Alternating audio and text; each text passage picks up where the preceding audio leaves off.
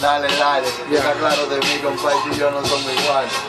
Ya tú sabes que yo nunca canto flojo. Yo te digo, dale, y tú le das al botón rojo, porque tú estás claro de mí. Yo a veces hago remix, pero a veces no, porque a veces yo voy con Fénix. Y ahí voy y estamos. Hoy a jugar basquetbol, si la cancha está seca jugamos, porque yo soy así. Yo siempre lo hago fácil. Cuando ando a pie, me gusta llamar un taxi, porque los carros públicos atracando son únicos. Razón por la cual yo no paso por estúpido. Tú entiendes lo que te digo, tú me comprendes bien, mi amigo.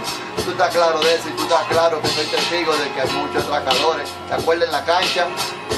Que nos atracan y fueron para la revancha. Esos atracadores, ya hablé esos hijodes. Ya tú sabes que lo que compadre, tenemos amores con la gente de allí, porque nos vemos siempre. Ya tú sabes que lo que compadre, en esto mejor detente, que nadie puede.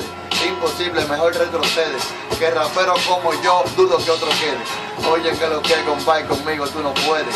Porque tengo más letra que agua cuando llueve. Y esa es la razón por la cual yo a ti te aconsejo que si te vas para frente a mí, lo haga de lejos. Porque si no te pones lejos y te pones cerca, lamentablemente Ley te galletea. Oye, que lo que mi pana Gley, el que más rapea. Yo te rompo a ti rapeando en mi cuarto y a donde sea. Si tú quieres vamos para la calle. Si tú tiras para donde yo estoy, te recomiendo que no falles, porque si tú fallas, hago como Kobe Bryant. Cuando tira, ese sí es que no falla, nunca falla. Oye, que lo que canalla, no me hagas pantalla, mejor que tire la toalla, porque si tú no la tiras, entonces viene Gley MC con una tira, te ahorca y el juego y te gira. Bueno, ya tú sabes que lo que yo tengo el pelo bueno. Tú dices que no, tú dices que sí, ya tú sabes que lo que es, compadre. Déjalo ahí. G.